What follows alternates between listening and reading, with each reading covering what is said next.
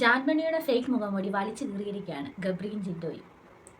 Captaincy ടാസ്കിൽ ആരൊക്കെ നോക്കാം നമുക്ക്.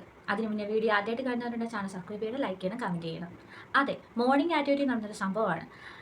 മോർണിംഗ് ആക്ടിവിറ്റി പറഞ്ഞു ഫേക്കായിട്ട് നിൽക്കുന്ന അല്ല സ്ക്രീൻ സ്പേസ് നേടാൻ ആഗ്രഹിക്കുന്ന അതിനുവേണ്ടി കാര്യങ്ങൾ ചെയ്യുന്ന ആൾക്കാരെ കുറിച്ച് പറയണം.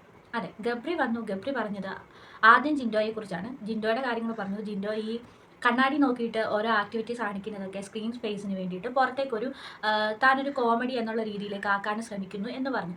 ശരിയാണ്, അത് ജിൻഡോയുടെ ഒരു സ്ട്രാറ്റജിയാണ്. തന്നെ അങ്ങനെ ആൾക്കാർ കാണണം എന്ന് വിചാരിച്ചിട്ടായിരിക്കും ജിൻഡോ ചെയ്തത്. പക്ഷേ അതൊക്കെ നമ്മൾ എൻ്റർടൈൻമെൻ്റായി, നമുക്കതൊരു ഫണ്ണായിരുന്നു, അത് വളരെ നല്ലതായിരുന്നു. പിന്നെ അടുത്തത് ഗബ്രി പറഞ്ഞത് ജാൻമണിയുടെ കാര്യമാണ്. ജാൻമണിയുടെ റിയൽ ഫേസ് ഹൈഡ് ചെയ്യുകയാണ് എന്നാണ് ഗബ്രി പറഞ്ഞത്. ഫേക്ക് ആയിട്ടാണ് നിൽക്കുന്നത് എന്ന് പറയുന്നുണ്ട്. ശരിയാണ്, നമുക്കും തോന്നുന്നുണ്ട്. പവർ റൂമിൽ നിൽക്കാനാണ് എപ്പോഴും ജാൻമണി ആഗ്രഹിക്കുന്നത്. പവർ റൂമിൽ നിന്ന് ഇറങ്ങിയപ്പോൾ തൊട്ട് ജാൻമണി ആകെപ്പാടെ പ്രശ്നത്തിനും കൺഫ്യൂഷനിലൊക്കെ ആയിരുന്നു. പവർ റൂമിൽ നിന്ന് തന്നെ സേഫാണ്.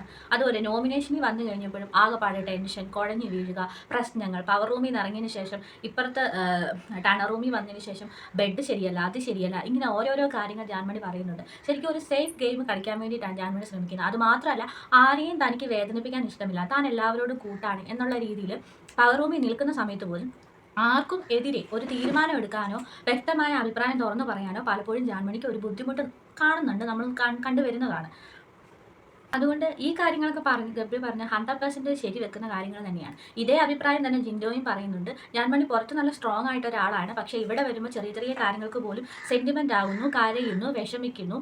അത് ഒക്കെ ഒരു ഫേക്ക് ക്യാരക്ടർ കാണിക്കുന്നതാണെന്ന് ജിൻഡോയും ഇവിടെ പറയുന്നുണ്ട്. അതേ തുടർന്ന് ജാൻമണി വളരെയധികം പൊട്ടിത്തെറിക്കുകയും ഞാൻ ആരാണെന്ന് നിങ്ങൾക്കറിയില്ല, അല്ലെങ്കിൽ പുറത്തിറങ്ങിയാൽ ജീവിക്കാൻ സമ്മതിക്കില്ല എന്നൊക്കെ പറഞ്ഞുള്ള ശാപവാക്കുകളും കാര്യങ്ങളും ഒക്കെ പറയുന്നുണ്ട്.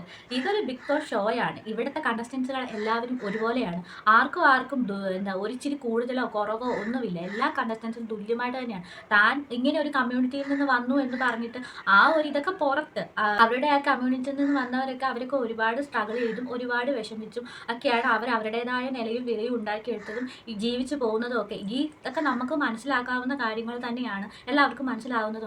പക്ഷേങ്കിൽ ഇങ്ങനെ ഒരു പ്ലാറ്റ്ഫോമിൽ വന്നിട്ട് തൻ്റെ കമ്മ്യൂണിറ്റിക്ക് കിട്ടേണ്ട ഇതൊന്നും നമുക്ക് ഒരിക്കലും പറയാൻ പറ്റില്ല. പുറത്ത് അത് നമുക്ക് കിട്ടും, പുറത്ത് നമുക്കത് കിട്ടാനുള്ള അവകാശങ്ങളും എല്ലാ കാര്യങ്ങളും ഉണ്ട്. പക്ഷേ പ്ലാറ്റ്ഫോമിൽ വന്നിരിക്കുന്ന എല്ലാ കണ്ടസ്റ്റൻസും, ബിഗ് ബോസ് ഷോ എന്ന് പറയുന്ന ഇത്രയും വലിയൊരു ഷോയിൽ വന്നിരിക്കുന്ന എല്ലാ കണ്ടസ്റ്റൻസിനും ഒരേ തുല്യതയും ഒരേ നീതിയുമാണ്. അപ്പം പറയാതെ തന്നെ ജാൻമണി ഈ ഒരു തൻ്റെ ഫേക്ക് മുഖം എടുത്ത് നമ്മളെ കാണിച്ചിരിക്കുക തന്നെയാണ്.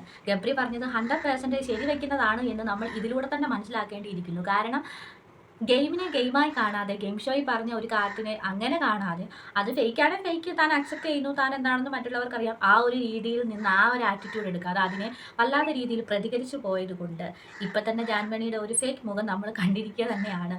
ക്യാപ്റ്റൻസി ടാസ്ക് ഇന്ന് ക്യാപ്റ്റൻസി ടാസ്ക് നടക്കും. ക്യാപ്റ്റൻസി ടാസ്കിലേക്ക് എന്ത് മാനദണ്ഡത്തിൻ്റെ അടിസ്ഥാനത്തിലാണ് ഇവരെ സെലക്ട് ആക്കിയെന്ന് അറിയില്ല. ജാൻമണിയും നോറ, ശ്രീതു എന്നിവരാണ് ക്യാപ്റ്റൻസി ടാസ്കിലേക്ക് മത്സരിക്കാൻ യോഗ്യത നേടിയെത്തിയിരിക്കുന്നത്.